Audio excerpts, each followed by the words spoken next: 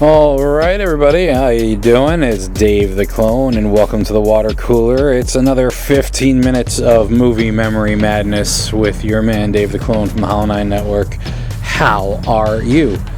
I don't know if everybody's been going through this lately, but I've been on a real, pretty hardcore nostalgia kick, and it's been an interesting sort of phenomenon because a lot of these movies that I talk about, movies that I can just sort of off the top of my head extemporaneously gush over for 15, 20 minutes without much in the way of preparation, just because they are so ingrained and a part of me as most movie aficionados. I think that's sort of something we all have in common.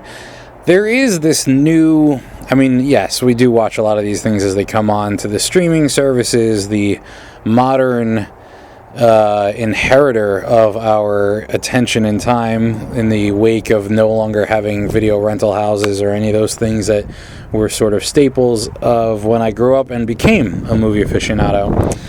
And it's not, I think, mostly because even right there, going into how we access a lot of these movies, watching movies from like the 80s and the 90s and even the early 2000s, it is becoming really remarkable and almost hard to ignore how much the world has moved on. I imagine this must be a bit like what my grandparents,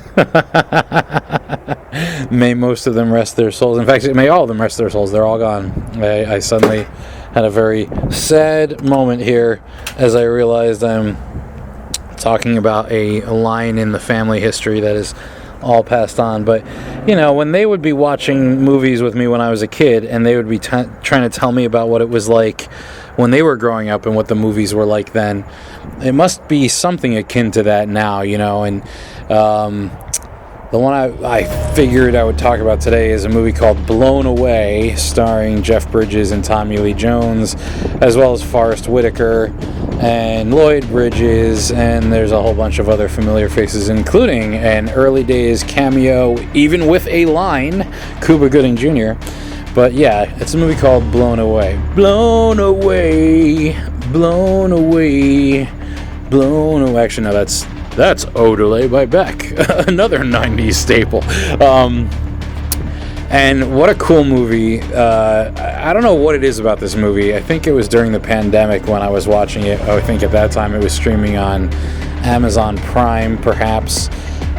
There was something about it that just felt like comfort food. The equivalent of a warm bowl of chili or tomato soup and a grilled cheese on a cool fall or winter's day. But not only because of, this sort of effect of they don't make movies like this anymore, and it really has this feeling of capturing the time before, the time before we're in now. But it's like, it's a cat and mouse movie about a mad bomber who, the opening of the film, we see him escape from prison in Ireland, and it's kind of like almost like a comic book movie villain's origin story.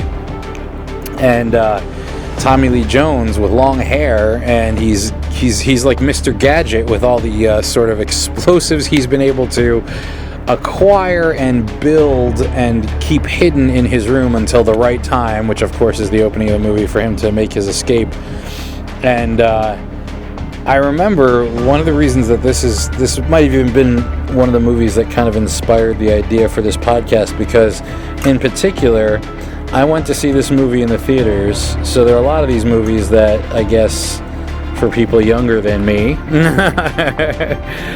sometimes when I say I saw that in the movies, like I at one time was engaged to somebody who was about 6.5, almost 7 years younger than I was, and around the holidays we were watching Home Alone, and I was like, oh yeah, I saw that in the movies, and she was like, what?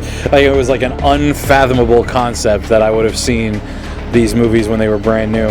And so this is one of the ones that I remember seeing the commercials for it on TV, and it always featured this one shot of Jeff Bridges running towards the camera, and you see the orange glow of a massive explosion happening behind the camera. And then, of course, in the movie they do the reverse, and you get to see the explosion happening, and it's sort of knocking him back off of his feet.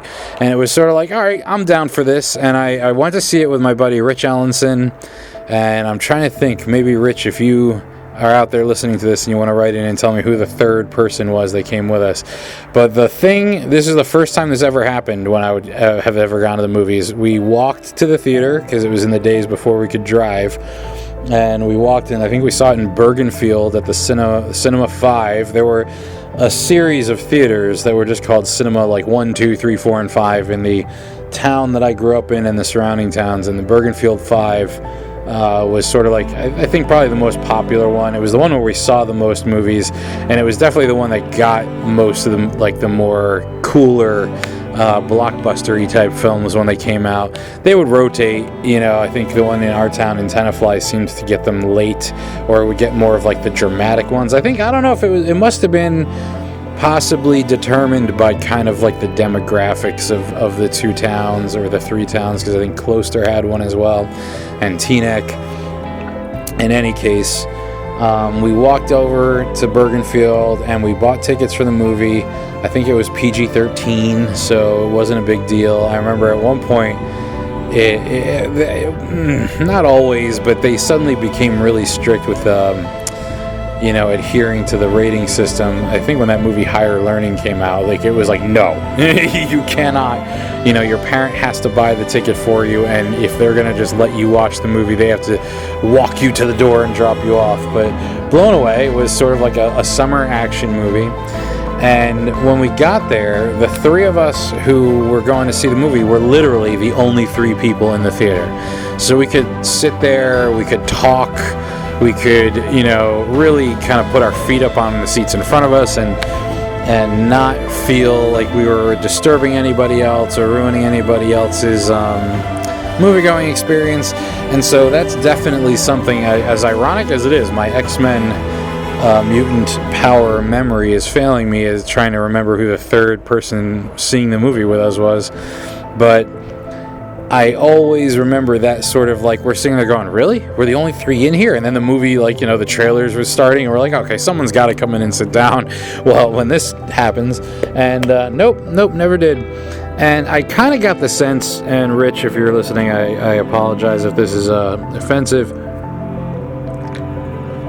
And I don't know if it was because movies were so much more of a big deal at my house. A lot of my friends growing up were sports people, and I found, as I've gone through life here for a couple more decades, that it really comes down to, are you a movie person, a movie and TV show person, or a sports person? Even now, there are plenty of times I'm in conversations, especially it seems like in groups of guys, where someone will say like, hey, did you see the football game? And you're like, nah, I guess I should tell you I'm much more of a movie guy. I don't really watch the football on Sundays or Mondays or Thursdays or whatever other nights football is on. I'm usually, if I'm not watching a movie that I've already seen a million times, I'm probably rewatching a show I've seen a bunch of times, like Mr. Robot, or I'm currently rewatching Lost on Hulu, which is kind of cool, but has its own sort of elements of pain, because I pay for the tier that has commercial breaks, and with Lost in particular, they would always leave you on that cliffhanger for the commercial break, and you'd be like rushing to come back to not miss anything. But like, I don't know, for some reason, for as much as I'm talking about the nostalgia here of movies and the comfort food that comes with that, the return to form of watching a show like Lost and having commercial breaks still in it sucks. I mean, I'm blowing through. I watched season 1 in 2 days and season 2 in 2 days, but it didn't feel like I spent 14 hours watching anyway. Back to Blown Away. What a cool movie. I feel like, and this is where I was going with that, I kind of feel like maybe out of the three of us that went, I had the most ability to appreciate the movie, because there were longer scenes where it was dialogue and it was kind of setting up. There was less, for a movie about a mad bomber, I mean, there are a significant number of explosion scenes, but there's not a lot of action, you know what I mean? It's sort of, all about the intrigue, and it really is, maybe at that age, early teens, we didn't have the wherewithal to appreciate like the sort of political side of it, the character that Jeff Bridges is playing is a guy named James Dove, but his real name is Liam, and when he was in Ireland, he was part of the IRA, and he has a sort of a history of, working with bombs and building bombs. And Tommy Lee Jones plays Garrity, who is they were friends, definitely. I think Jeff Bridges kind of was romantically involved with Garrity's sister, and she wound up dying as a result of a bomb going off early, and this was the kind of thing that drove Jeff Bridges' character out of Ireland. And where do you land when you escape to the U.S.? He goes to Boston, and he joins the bomb squad. So this is a little bit of a kind of penitence, trying to, pay for the sins of old and recapture his honor and his soul by deactivating bombs that he once used to build. And the escape from the prison that Tommy Lee Jones was in as a result of this same incident is him escaping to America just to escape. But then once he's there, he also winds up in Boston, and on TV sees his old friend Liam under the new name of James Dove, and now it becomes he is stalking Jeff Bridges, and slowly but surely he's Lethal Weapon 2ing his entire bomb squad, killing off members of the bomb squad to really make the point and hurt Jeff Bridges as much as possible. Very cool movie. The way it was filmed, I'm going to quickly use the Google machine to make sure I don't mess this up. I know it wasn't Peter Hyams, but for some reason that name is coming to mind. I will confirm right now. But while you're waiting, we can go back to some back and go blown away, blown away, blown away. And also about this movie, at this time, there was like a made-for-HBO movie called Blown Away, starring Corey Haim and Nicole Eggert. And so once eventually they were both on VHS, you would have to make sure you grabbed the right one if you went to go rent it. Stephen Hopkins, director. Written by John Rice, Joe Batir, and Jay Roach. Interesting. I didn't realize Jay Roach was... And it's sort of a companion piece. There was a movie that came out not too long after called Arlington Road, where Jeff Bridges was teaching about history, and I think it was... I don't know if he was like specifically bomb squad, but he's trying to stop a domestic terrorist who's a bomber. So it's kind of like one led to the other. And there's just really like cool ways, a lot of practical stuff because it was in the days way before CG. But there are elements of that make it really stand out as a movie from a time gone by, a movie from a time that we are no longer in. For instance, one of the first things we see, Jeff Bridges is at his stepdaughter's birthday party. He gets paged, because we had pagers back then, as the days before cell phones that we all have, and he has to go because there's a bomb squad emergency. And he is responding to this call where a woman is trapped in a computer lab in a local college. Her boyfriend rigged the computer with explosives so that if she stops typing, it'll explode. But also if the hard drive fills up, it'll explode. And then he blows his brains out. So you get there's a dead body on the ground. And for some reason, this was so early in the era of computers that just typing characters into like a word processor was taking up taking up bytes of memory. And so she had to just keep typing I love you over and over and over again, and that becomes his clock to get the bomb deactivated. And he's Mr. Cool under pressure, and he picks the right wire, and for a quick second they do this kind of cut where we're not sure if they're going to blow up or not, and then they come out and he's got her, but it was like down to like 3 megabytes of memory left, and it was cool at the time, very apropos. But you watch it now and you're like, okay, come on, we deal in terabytes these days, and I don't know, really, just typing single letters, would that be taking up so much memory? So it's these things that I feel like people who are maybe a little bit younger and running movie review podcasts or doing movie reviews on the internet might take issue with and try to say, oh, this takes you out of the movie. And it's interesting to me how they cannot seem to be able to watch a movie removing their modern lens and understanding that it's from a time gone by. I think maybe I get some of that skill from having watched so many movies with my grandparents growing up and realizing like, oh, okay, black and white, not quite the same level of sophistication with the camera work. Special effects weren't that special, but it's all about the story being told. And this movie, the characters, this is like, very rare do I stop and say to myself, these are just people playing make-believe. These are just people pretending to be these other people. There was something about this sort of maybe like 90s being like a golden era of at least a milestone of filmmaking, maybe the last milestone before things went high def and hyper realistic. But everybody sells their performances. I feel like Tommy Lee Jones should have been more recognized for his performance in this movie. He really kind of was almost on like a Joker level of the way he was stalking Jeff Bridges throughout the film, and his kind of like putting together bombs sequences were pretty cool. In fact, because everybody's of Irish descent and in Boston, there's even like a sequence where, because he's been in prison for 20 years, he goes to this kind of farmer's market, flea market kind of thing, and he's buying like a Rube Goldberg machine toy from this kid. And the mom is like, hey, for another $1, I'll throw in this U2 tape. And it's Joshua Tree, arguably from anyone. It's funny, too, like talking about how times have changed. I don't know when it happened, but like U2 is on this kind of Nickelback level of being publicly, it's like uncool to like U2 anymore. And there was a period of time where U2 were like demigods. It was sort of uncool to not like U2.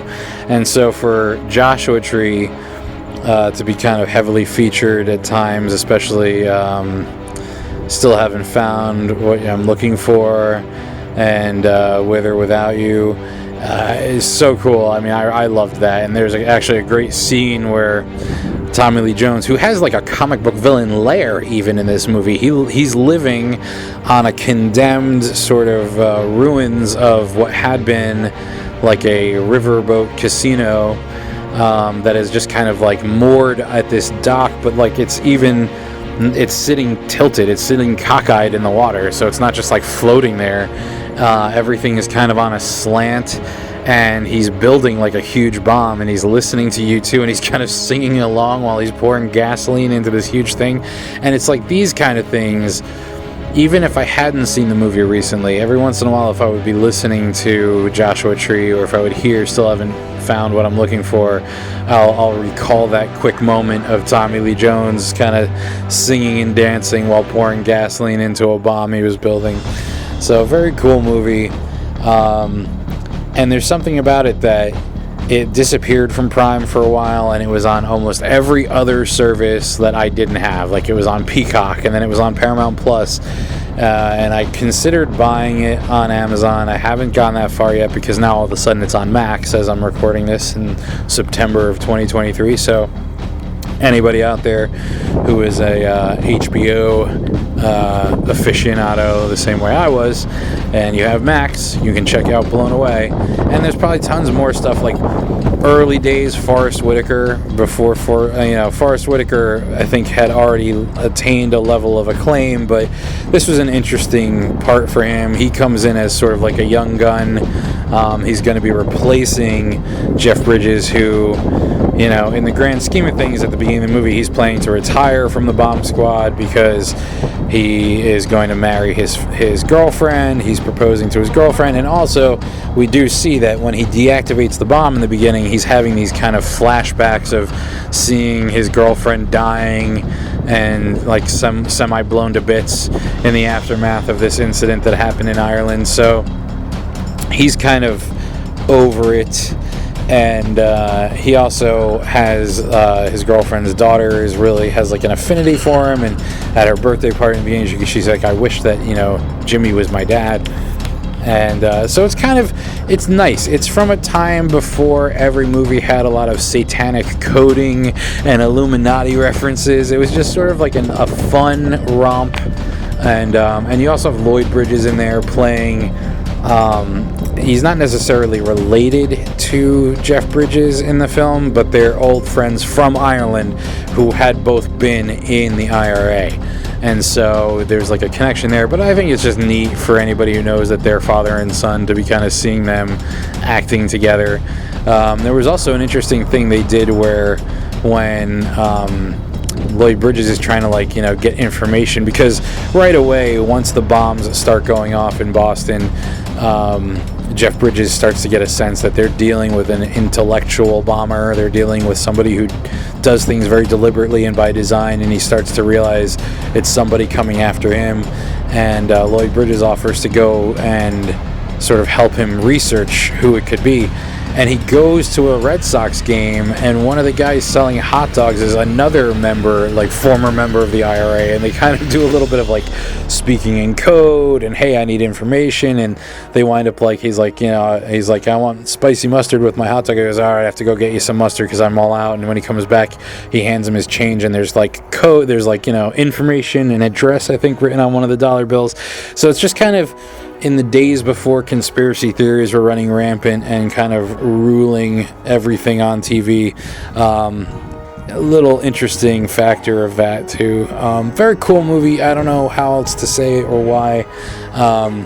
Also the fact that, I think a lot of the movies I'm going to be having these memory kind of moments about definitely feature actors who are no longer with us, and Lloyd Bridges passed away several years ago now, but it's still interesting to be watching these movies and remembering a time when I was much younger and when all these guys were still alive. So in any case, blown away, check it out, and I will be back with another edition of Movie Memory Madness on the Hollow9ine Network. I'm Dave the Klone. See you at the movies. You've been listening to the Hollow9ine Network, bringing you the very best in fan-made media. That's the word hollow, the number 9, I-N-E. Find the Hollow9ine Network on Facebook. Follow us on Twitter, Instagram, and Snapchat. Rate and review us on iTunes, Stitcher, Google Play, or wherever you find your podcasts. Email us at hollow9podcast@gmail.com. Leave us your feedback. Join in the conversation and be a part of the action. Join in the fun. Hollow9ine.